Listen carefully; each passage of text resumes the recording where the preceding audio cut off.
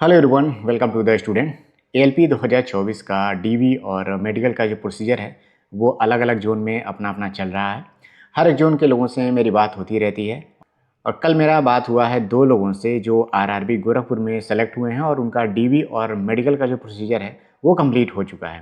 तो इस वीडियो में मैं आरआरबी गोरखपुर में किस तरह से डीवी हो रहा है उसके बारे में मैं बताऊँगा और उनका मेडिकल कहाँ पर हुआ है और पूरे मेडिकल प्रोसीजर में क्या क्या चीज़ें चेक हुई हैं और कैसे चेक हुआ वो पूरा प्रोसीजर मैं यहाँ पे आपको बताऊंगा। हालांकि मेरा भी मेडिकल जो है आरआरबी गोरखपुर जोन से ही हुआ था और इस पर लेकर के मैंने पूरा एक्सपीरियंस अपना खुद का मैंने पहले भी शेयर किया हुआ है और बहुत सारे लोगों ने वो वीडियो देखा भी है। तो सेम जो है उसी तरह से इस बार भी मेडिकल हो रहा है। सबसे पहले देखिए गोरखपुर जोन में डीवी जो प्रोसीजर हो रहा है उसमें सभी लोगों को 9:30 बजे के आसपास में बुलाया जा रहा है। सभी लड़के जो अवेयर हैं सभी लोग 9 बजे तक पहुंच जा रहे हैं और ये अच्छी बात है। जिस टाइम में आपको बुलाया जाए उससे आधे एक घंटे पहले अगर आप पहुंचते हैं तो आपके मन में कोई हेडक नहीं रहता है और जल्दबाजी नहीं रहती है कि आप लेट हो रहे हैं या फिर इस तरह का तनाव जैसा माहौल नहीं रहता है। तो आप लोग समय से अपने डीवी सेंटर पर पहुँच जाइएगा। जैसे लड़के अंदर पहुँच रहे हैं तो वहाँ पर क्या है कि एक स्लिप लगाई गई रह रही है।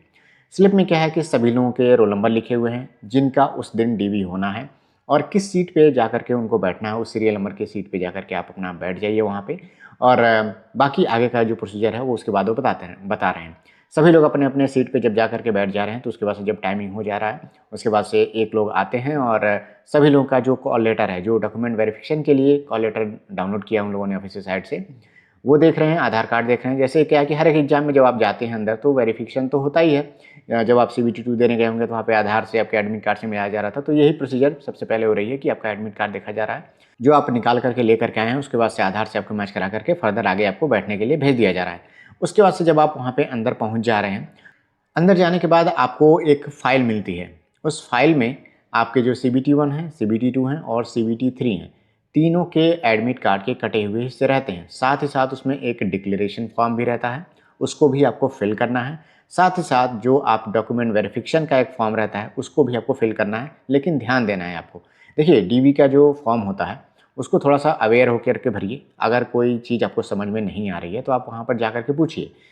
वो लोग इस काम में बहुत ही मदद कर रहे हैं क्योंकि बहुत ज़्यादा लोगों का डीवी एक दिन में नहीं हो रहा है। जब हम लोग पहुँचते थे तो उस समय लगभग 150-200 लोगों के डीवी हो जाते थे पूरे दिन में। लेकिन अभी क्या है कि वैकेंसी ही कम है तो थोड़े थोड़े लोगों को बुलाया जा रहा है और आराम आराम से सभी लोगों को टाइम भी दिया जा रहा है। किसी के साथ कोई समस्या है तो उनका भी सोल्यूशन वो लोग बता रहे हैं। तो वो फॉर्म आपको भरना है और साथ ही साथ जो डिक्लेरेशन हमेशा जब आप CBT 1, CBT 2 और CBT 3 देते रहे हैं तो उसमें एक हिंदी और इंग्लिश में आपको लेटर लिखने रहते हैं। वही हैंड राइटिंग मैच करने के लिए कि सही कैंडिडेट जिन्होंने CBT 1 और बाकी एग्जाम है उन्होंने दिया है वही कैंडिडेट यहाँ पे डीवी कराने आया है कि नहीं। सभी डॉक्यूमेंट्स के आपके 2 कॉपी लेकर के जानी है। ये तो पहले ही नोटिस में मेंशन भी था। अब इसके बाद से क्या होता है कि आप जाते हैं, कंप्यूटर बैठा रहते हैं वहाँ पे पर्सन, वहाँ पे आपको जाना है और वहाँ पे CBT 1, CBT 2 और CBT 3 अर्थात साइको का जो एडमिट कार्ड का कटा हुआ हिस्सा जो आपके पास है बारी बारी से आपको देना है और उसके अकॉर्डिंग वो लोग वहाँ पे रोल नंबर डाल करके आपका थंब इम्प्रेशन वहाँ पे ले रहे हैं। जो आपने पहले थंब इम्प्रेशन दिया हुआ होगा, जो करंट में आप थंब इम्प्रेशन दे रहे हैं, दोनों मैच करना चाहिए। लगभग मान के चलिए आपका 90% से प्लस मैच करना ही चाहिए। और मुझे नहीं लगता है कि किसी की समस्या तो नहीं आई है। उन्होंने बताया कि किसी को ऐसी समस्या नहीं आ रही है। लगभग लोगों के 99-100% मैच थंब इम्प्रेशन मैच कर जा रहा है। फ़ोटोग्राफ देखिए जो है कि अभी आपके फेस में चेंज हो ही जाता है। साल डेढ़ साल पहले सभी लोगों ने फॉर्म भरा था तो उसमें थोड़ा बहुत मैचिंग में दिक्कत हो सकती है 90% 92%, लेकिन थंब इम्प्रेशन जो है सभी लोगों का एग्जैक्ट मैच कर जा रहा है। तो थंब इम्प्रेशन ही मेन होता है। इसके बाद से वो लोग वेरीफाई कर ले रहे हैं कि जो कैंडिडेट ने एग्ज़ाम दिया है वही डीवी कराने आया हुआ है। ये काम हो गया आपका। इसमें एक समस्या आ रही है कि बहुत सारे लोग कहेंगे कि मेरे पास CBT 1, CBT 2, CBT 3 के कटे हुए हिस्से नहीं हैं। तो मैं आपसे कहूँगा कि अगर आपका डीवी होने जा रहा है और किसी भी जोन से आप बिलोंग करते हो, आप अपने सभी एडमिट कार्ड का जो रोल नंबर है अपने पास लिख करके रख लीजिए। वो इसलिए लेते हैं कि वहाँ पे जब वो एडमिट कार्ड जब वो रोल नंबर डाल रहे हैं तो उनके पास एक कॉपी रहती है और उसी से वो लोग देख कर रोल नंबर डालते हैं। अगर आपको याद है, आपने लिख करके रखा हुआ है तो बहुत अच्छी बात है।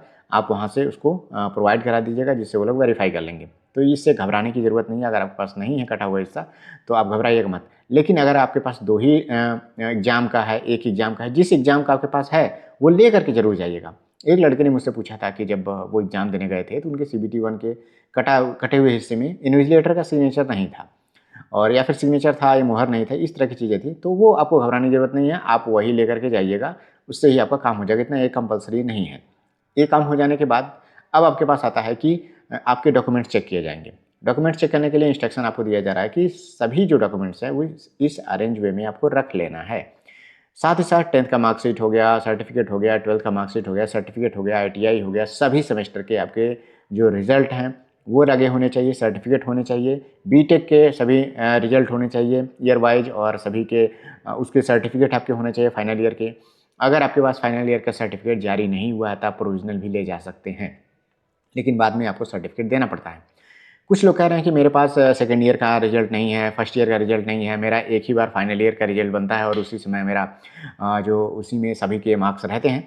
तो ऐसा नहीं होता है, बीटेक में सभी साल के रिज़ल्ट जारी होते हैं और उसके रिज़ल्ट बनते भी हैं। तो कई लोग कह रहे हैं मैंने ऑनलाइन निकलवाया है, फर्स्ट ईयर का ऑनलाइन निकलवा लिया है, बाकी मेरे पास हार्ड कॉपी है। तो अगर आप ऑनलाइन निकलवा ले रहे हैं तो कोशिश रहे कि आप अपने कॉलेज में जाकर के उसको अटेस्ट करा लीजिए। ऐसा वो लोग कह रहे हैं। किसी लड़के के साथ समस्या आई है तो उन्हें कहा गया है कि 10 दिन 15 दिन बाद आप जाकर के उसको जमा कर दीजिएगा। तो इतना 10 दिन का टाइम वो लोग दे रहे हैं, और ये टाइम इसीलिए दिया जा रहा है कि इस बीच में जो मेडिकल की प्रोसीजर चल रही है, डीबी का प्रोसीजर चल रहा है, आप इस बीच में ला करके जमा कर दीजिएगा। हालाँकि आपको मेडिकल के लिए भेजा जा रहा है, मेडिकल के लिए रोका नहीं जा रहा है, लेकिन आपको जमा करने के लिए टाइम दिया जा रहा है। साथ ही साथ जितने भी एफ़िडेविट आप लगाए हैं, वो भी आपको साथ में लेकर के जाना है। और उसके बाद से कास्ट सर्टिफिकेट को लेकर के कहा जाए तो अगर मान लीजिए आपके पास ओबीसी है, एससी एसटी है और ईडब्ल्यूएस है, तो ये कास्ट सर्टिफिकेट जब उस समय आपने जो दिया था वो भी लेकर के जाइए। अगर आपने करंट में बनवाया है तो वो भी आपको लेकर के जाना है। कोई कंपल्सरी नहीं है कि सेंट्रल लेवल का बनवाना है या फिर आपका जो रेलवे का फॉर्मेट है उसी में बनवा करके ले जाना है। देखिए फॉर्मेट दोनों का सेम ही होता है, बस उसकी कॉपी थोड़ी अलग दिखती है। तो आपके पास जो भी है आप उसको लेकर के जाइए। ज़ेरॉक्स आप 2 कॉपी लेकर के वहाँ पे जाइएगा। अपने आधार के भी ज़ेरॉक्स कर लीजिएगा। अब देखिए आपका जो कट मार्क्स है वो भी वहाँ पे मैच कराया जा रहा है, तो कट मार्क्स आपको ध्यान से लिखना है। मोल को लेकर के पहले ही बताया जा चुका है कि आपको उसको नहीं लिखना है। तो इसके अलावा आप 2 कट मार्क्स वहाँ पे लिखिएगा, वो लोग वहाँ पे वेरीफ़ाई कर लेंगे। और उसके बाद से आपका एक लिफ़ाफ़ा बना करके और वहाँ पे ₹24 का मेडिकल मेमो भी जमा हो रहा है। इसके बाद से वो सभी लोगों को बता देना है कि आपको किस मेडिकल हॉस्पिटल में जाना है। कुछ लड़कों को यहाँ पे इज़्ज़तनगर में भी भेजा गया था, कुछ लड़कों को बनारस में भी भेजा गया था। तो अभी क्या है कि बनारस में जिनसे बात हुई है, जिनका बनारस में मेडिकल हुआ था, उनसे बात हुई है। तो बनारस में जिन लोगों को भेजा गया है, वहाँ का प्रोसीजर मैं आपको बता दे रहा हूँ। Same as it is Izzatnagar में भी ऐसा ही है। जितने भी लोगों का सिलेक्शन हो चुका है उसमें से 80% लोग ऐसे हैं जिनका सिलेक्शन जो है अपने घर के पास वाले ज़ोन में नहीं हुआ है। तो वो लोग अगर म्यूचुअल आना चाहते हैं तो उसके लिए कुछ लोगों ने यहाँ पे एक टेलीग्राम ग्रुप बनाया हुआ है सर्च म्यूचुअल ट्रांसफ़र नाम से, और उसमें आपको गूगल फॉर्म दिया जा रहा है, उसमें आप भर दीजिए जल्दी से जल्दी और अपना पीडीएफ उसमें से देख लीजिए। उस टेलीग्राम ग्रुप में अपलोड कर दिया जा रहा है, उस पीडीएफ में देख लीजिए जहाँ आपको जाना है, उस अकॉर्डिंग उस लड़के को सेलेक्ट करिए और उसमें दिए हुए नंबर पे आप व्हाट्सएप करके उसका डिटेल आप वहाँ पे ले सकते हैं। जितना जल्दी आप अपना म्यूचुअल ट्रांसफ़र अभी ढूँढ लेंगे, बाद में जब आपका एचआरएमएस एक्टिव हो जाएगा तो आप लोग जल्दी से उनसे अपना म्यूचुअल करा सकते हैं। नहीं तो अगर देर हो जाएगा तो आपको बहुत टाइम लग जाएगा इसमें म्यूचुअल ढूँढने में। तो आप लोग गूगल फॉर्म जा कर के ज़रूर भर दीजिए, उसका लिंक मैं नीचे दे दे रहा हूँ गूगल फॉर्म का भी, और मैंने टेलीग्राम ग्रुप का भी लिंक मैंने नीचे डिस्क्रिप्शन में आपको दे दिया है। वहाँ जाकर के आप जितने भी लोग उस फॉर्म को फिल किया उनका पीडीएफ भी आप देख सकते हैं। यहाँ पे मैं स्क्रीनशॉट में आपको लगा भी दे रहा हूँ। इस तरह से पीडीएफ जनरेट होगा और उस पीडीएफ में आप ज़ोन वाइज़ ढूँढ सकते हैं, बहुत अच्छे से वहाँ पे फ़िल्टर भी किया गया है। तो आप लोग जाकर के उसमें जुड़ जाइए। देखिए बनारस में आपको पहुँच जाना है। बनारस गोरखपुर से बहुत ज़्यादा दूर नहीं है। कोई भी गाड़ी आप शाम में पकड़ेंगे, इंटरसिटी पकड़ लीजिए, चौरी चौरा पकड़ लीजिए, आप पहुँच जाएँगे आप वहाँ पे समय से बनारस में। वहाँ आपको 9 बजे तक पहुँच जाना है। जनरली मेडिकल हॉस्पिटल जो है आपका 9:30 बजे के आस-पास में खुल जाता है। धीरे-धीरे लोग आने लगते हैं और प्रक्रिया लगभग मान के चलिए 10 बजे के आस-पास में शुरू होती है। लेकिन ये मत निश्चिंत में रहिएगा कि मैं 10 बजे तक शुरू हो रही है तो मैं 10 बजे के पास में ही जाऊँ। आप 9 बजे तक आराम से पहले पहुँच जाइएगा। मॉर्निंग में आपको खाली पेट ही जाना है। सबसे पहले वहाँ पे ब्लड सैंपल ही होता है और यही हो भी रहा है। आपको जाना है, ब्लड सैंपल वहाँ पे ले लेंगे वो लोग और वहीं पे आपको एक ट्रांसपेरेंट जो है शीशी आपको दे देंगे। आपको उसमें जाकर के अपना यूरिन सैंपल लेकर के आना है। यूरिन सैंपल के लिए कोशिश करिएगा आप लोग कि ज़्यादा से ज़्यादा थोड़ा-सा पानी पी लीजिएगा। खाना आपको नहीं खाना है, खाली पेट बोला गया है, लेकिन पानी पी लेंगे तो थोड़ा-सा यूरिन का कलर ऐसा येलोइश नहीं दिखेगा, तो वो थोड़ा-सा सैंपल ठीक रहता है। हालाँकि येलो कलर और व्हाइट कलर में सैंपल में कुछ गड़बड़ी नहीं रहती है। देखिए यूरिन के अंदर अगर कोई गड़बड़ी है, शुगर का इस तरह की चीज़ें हैं, तो वो आप कितना भी पानी पी लीजिए, वो तो उसमें से डिटेक्ट होगा ही होगा। लेकिन थोड़ा-सा कलर ज़्यादा येलोइश ना दिखे तो आप लोग थोड़ा पानी का सेवन करिएगा। जिनके अंदर किसी को लगता है कि अगर शुगर जैसी इस तरह की समस्याएँ हो सकती हैं, तो कम से कम 2 दिन 3 दिन तक आप शुगर जैसे कंटेंट चावल हो गया और ये सारी चीज़ें हो गई, ये आप चाय-वाय ये सब मत पीजिएगा। इसके बाद से जब आपका ब्लड सैंपल हो जा रहा है, उसके बाद से आपका ईसीजी होता है, एक्सरे होता है। प्रोसीजर आगे पीछे हो सकता है। हम लोग जब अपने टाइम में देने गए थे तो एक साथ जो है कि 25-30 लोग चले गए थे, तो 10-10 लोगों में बाँट दिया गया था। अभी क्या है कि मेडिकल के लिए बहुत ज़्यादा लोगों को नहीं भेजा जा रहा है, तो वहाँ पे ग्रुप में नहीं बाँटा जा रहा है। आप लोग को एक कागज़ दे दिया जा रहा है कि एक-एक कागज़ ले जा कर के आप वहाँ जमा कर दीजिएगा। तो जैसे ही आप वहाँ पे ब्लड वाले में जाएँगे, एक पेपर आप दे देंगे, उसमें वो लोग ब्लड का अपना जो सैंपल्स है, वो सीरियल नंबर है, वो अपना लिख करके वो लोग रख लेंगे। इससे पता चल जाएगा कि आपके नाम से ये पेपर है, और वो लोग फाइनल में जब अपना रिपोर्ट बनाएँगे तो उसके साथ अटैच करेंगे। उससे आपको लेना-देना नहीं है, वो कागज़ आपको वहीं पे छोड़ देना है। तो इस तरह से ईसीजी जब आपका हो रहा है, तो ईसीजी में आपको घबराना नहीं है। हम लोग भी गए थे तो उस समय एक लड़का था, उसका ईसीजी जब हो रहा था तो 2 बार 3 बार उन्होंने सैंपल लिया, क्योंकि वो थोड़ा-सा डरा हुआ था। और सभी लोग डरते हैं, ज़ाहिर-सी बात है कि सोचते हैं लोग कि मेरी जॉइनिंग होने वाली है, और मेडिकल ही ये बस लास्ट प्रोसीजर है, इसके बाद से मेरी जॉइनिंग हो जाएगी, सभी चीज़ें क्लियर हो जाएँगी। तो उसमें थोड़ी घबराहट रहती है और हार्ट बीट आपका ऊपर-नीचे हो सकता है। तो वहाँ पे निश्चिंत होकर के रहिएगा। अगर एक सैंपल गड़बड़ भी हो जाता है, तो वो लोग दोबारा 3 बार आपका सैंपल लेते हैं। उतना सैंपल लेने में कोई दिक्कत तो होती नहीं है, बस 2-3 बार मशीन को चलाना रहता है, तो वो विदिन 1 मिनट में ही आपका हो जाता है। इसके बाद से आता है एक्स-रे का प्रोसीजर। एक्स-रे प्रोसीजर में देखिए सिंपली आपको जाना है, चेस्ट का ही एक्स-रे होता है और किसी भी बॉडी पार्ट का एक्स-रे नहीं होता है। तो इसमें क्या है कि एक चीज़ रहती है, अगर किसी को इन पास्ट में टीबी जैसी गंभीर बीमारियाँ रही हैं और वो मतलब सही हो गई हैं, तो इसमें घबराने की ज़रूरत नहीं है। लेकिन अगर बहुत हल्का-फुल्का रहा है, तो वो एक्स-रे में डिटेक्ट होता है। इसके अलावा कोई सिगरेट पी रहा है या फिर बहुत ज़्यादा नहीं पीता हो, नॉर्मली पीता हो, ऐसा फेफड़े की कोई समस्या नहीं है, तो वो भी उसमें डिटेक्ट नहीं होता है। बाकी सारी हड्डियाँ ये सब सही रहें, इसी के लिए जो है एक्स-रे होता है, और केवल चेस्ट का एक्स-रे होता है। ये भी आपका विदिन मतलब लाइन में आप लगे रहेंगे, 10-12 लोग एक साथ जाएँगे, तो धीरे-धीरे होता रहेगा, तो 5 मिनट 10 मिनट में ये भी आपका एक्स-रे हो जाता है। इसके बाद से देखिए आपका डार्क रूम में आपका विज़न टेस्ट होता है, वहाँ पे कटा हुआ सी रखा रहता है, और उसमें जैसे सबसे नीचे वाला सी को बार-बार वो घुमा-घुमा करके पूछा जाता है। तो 2 बार, 4 बार, 10 बार, 5 बार, जैसा उनको सही लगेगा, जब वो लोग सैटिस्फाई हो जाते हैं, उतनी बार वो आपसे पूछ सकते हैं। उसी रूम में आपका एक पतला लेज़र लाइट की तरह होता है, उसमें कलर टेस्ट होता है, उसमें हल्की लाइट जो है येलो कलर की, व्हाइट कलर की, ग्रीन कलर की, रेड कलर की लाइट आपको जलाई जाती है बारी-बारी से, और 3 बार, 4 बार, 5 बार, 6 बार अलग-अलग बदल-बदल के आपसे पूछा जाता है। आपको करेक्ट जो लाइट का कलर है, वो आपको बताना होता है। उसी रूम में आपका ये दोनों प्रोसीजर आपका हो जाएगा। बाकी वो डार्क रूम रहता है, पूरा रूम ब्लैक पेंटेड रहता है। इसके बाद से आपका ये मान लिया जाता है कि आपका विज़न जो है 6/6 है। इसके बाद से अगर सारा दिन कंप्लीट हो जाता है, उस दिन चीज़ें नहीं हो पाती हैं, तो नेक्स्ट डे के लिए आपको बुलाया जाता है। इसी बीच में आपको खाना खाने से पहले का जो ब्लड सैंपल आपने दिया हुआ है, उसके बाद से खाना खाने के बाद का भी आपका ब्लड सैंपल लिया जाता है। तो वो भी इसी बीच में आपका प्रोसीजर हो जाता है। साथ ही साथ अगर समय रहता है, तो हाइड्रोसिल का जो टेस्ट है, और जो पाइल्स का टेस्ट है, वो भी साथ में वहीं पे हो रहा है, कि जब एक रूम में आपको ले जाया जा रहा है और सारे कपड़े निकाल दिए जा रहे हैं, अंडरवियर पे आप रह रहे हैं, तो उसी बीच में डॉक्टर आते हैं और अलग-अलग तरीके से जो भी आपका होता है खाँसने के लिए, उठने-बैठने के लिए, वो कह रहे हैं, और आपका वहाँ पे दोनों चेकअप एक ही बार में आपका वहाँ पे हो जा रहा है। इसमें टाइम नहीं लगता है, आप जाते हैं अंदर, 20-25 सेकंड के अंदर ही आप आ जाते हैं, सारी चीज़ें हो जाती हैं। तो बहुत ज़्यादा इसमें चीज़ें चेक नहीं हो रही हैं।